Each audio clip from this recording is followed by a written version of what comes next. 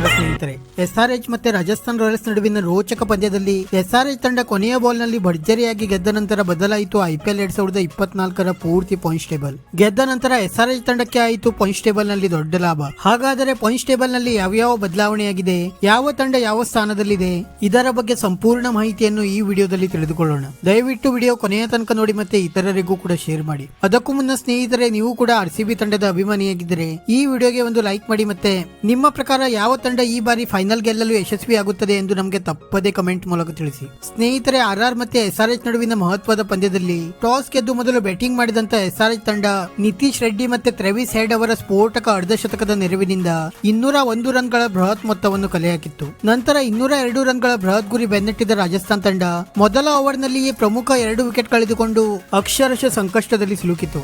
ಆದರೆ ನಂತರ ಅದ್ಭುತ ಬ್ಯಾಟಿಂಗ್ ನಡೆಸಿದ ರಿಯಾನ್ ಪರಾಗ್ ಮತ್ತೆ ಯಶಸ್ವಿ ಜೈಸ್ವಾಲ್ ಅವರು ಸ್ಫೋಟಕ ಅರ್ಧಶತಕ ಸಿಡಿಸಿ ರಾಜಸ್ಥಾನ್ ತಂಡಕ್ಕೆ ಮತ್ತೆ ಗೆಲುವಿನ ಆಸೆ ಚಿಗುರಿಸಿದರು. ನಂತರ ಕೊನೆಯ ಓವರ್ನಲ್ಲಿ ರಾಜಸ್ಥಾನ್ ತಂಡಕ್ಕೆ ಗೆಲ್ಲಲು 13 ರನ್ಗಳ ಅವಶ್ಯಕತೆ ಇತ್ತು. ಆದರೆ ನಂತರ ಕೊನೆಯ ಓವರ್ನಲ್ಲಿ ಅದ್ಭುತ ಬೌಲಿಂಗ್ ದಾಳಿ ನಡೆಸಿದ ಭುವನೇಶ್ವರ್ ಕುಮಾರ್ ಅವರು 12 ರನ್ ನೀಡುವ ಮೂಲಕ 1 ರನ್ಗಳ ಅಂತರದಿಂದ ಎಸ್ಆರ್ಎಚ್ ತಂಡಕ್ಕೆ ರೋಚಕ ರೀತಿಯಲ್ಲಿ ಗೆಲುವನ್ನು ದೊರಕಿಸಿಕೊಟ್ಟರು. ಮತ್ತೆ ಎಸ್ಆರ್ಎಚ್ ತಂಡ ಈ ಪಂದ್ಯವನ್ನು ಗೆದ್ದ ನಂತರ ಐಪಿಎಲ್ 2024ರ ಹೊಸ ಪಾಯಿಂಟ್ಸ್ ಟೇಬಲ್ ಕಡೆಗೆ ನೋಡುವುದಾದರೆ ಸದ್ಯ ರಾಜಸ್ಥಾನ್ ತಂಡ 10 ಪಂದ್ಯವನ್ನು ಆಡಿ 8ರಲ್ಲಿ ಗೆದ್ದು ಮತ್ತೆ 2ರಲ್ಲಿ ಸೋತು 16 ಅಂಕದೊಂದಿಗೆ ಮೊದಲ ಸ್ಥಾನದಲ್ಲಿದ್ದರೆ ಕೆಕೆಆರ್ ತಂಡ 9 ಪಂದ್ಯವನ್ನು ಆಡಿ 6ರಲ್ಲಿ ಗೆದ್ದು ಮತ್ತೆ 3ರಲ್ಲಿ ಸೋತು 12 ಅಂಕದೊಂದಿಗೆ 2ನೇ ಸ್ಥಾನದಲ್ಲಿದೆ. ಮತ್ತೆ ಲಕ್ನೋ ಸೂಪರ್ ಜಾಯಿಂಟ್ಸ್ ತಂಡ 10 ಪಂದ್ಯವನ್ನು ಆಡಿ 6ರಲ್ಲಿ ಗೆದ್ದು ಮತ್ತೆ 4ರಲ್ಲಿ ಸೋತು 12 ಅಂಕದೊಂದಿಗೆ 3ನೇ ಸ್ಥಾನದಲ್ಲಿದ್ದರೆ ಎಸ್ಆರ್ಎಚ್ ತಂಡ 10 ಪಂದ್ಯವನ್ನು ಆಡಿ 6ರಲ್ಲಿ ಗೆದ್ದು ಮತ್ತೆ 4ರಲ್ಲಿ ಸೋತು 12 ಅಂಕದೊಂದಿಗೆ ಈಗ 4ನೇ ಸ್ಥಾನಕ್ಕೆ ತಲುಪಿದೆ. ಮತ್ತೆ ಸಿಎಸ್ಕೆ ತಂಡ 10 ಪಂದ್ಯವನ್ನು ಆಡಿ 5ರಲ್ಲಿ ಗೆದ್ದು ಮತ್ತೆ 5ರಲ್ಲಿ ಸೋತು 10 ಅಂಕದೊಂದಿಗೆ 5ನೇ ಸ್ಥಾನದಲ್ಲಿದ್ದರೆ ಡೆಲ್ಲಿ ತಂಡ 11 ಪಂದ್ಯವನ್ನು ಆಡಿ 5ರಲ್ಲಿ ಗೆದ್ದು ಮತ್ತೆ 6ರಲ್ಲಿ ಸೋತು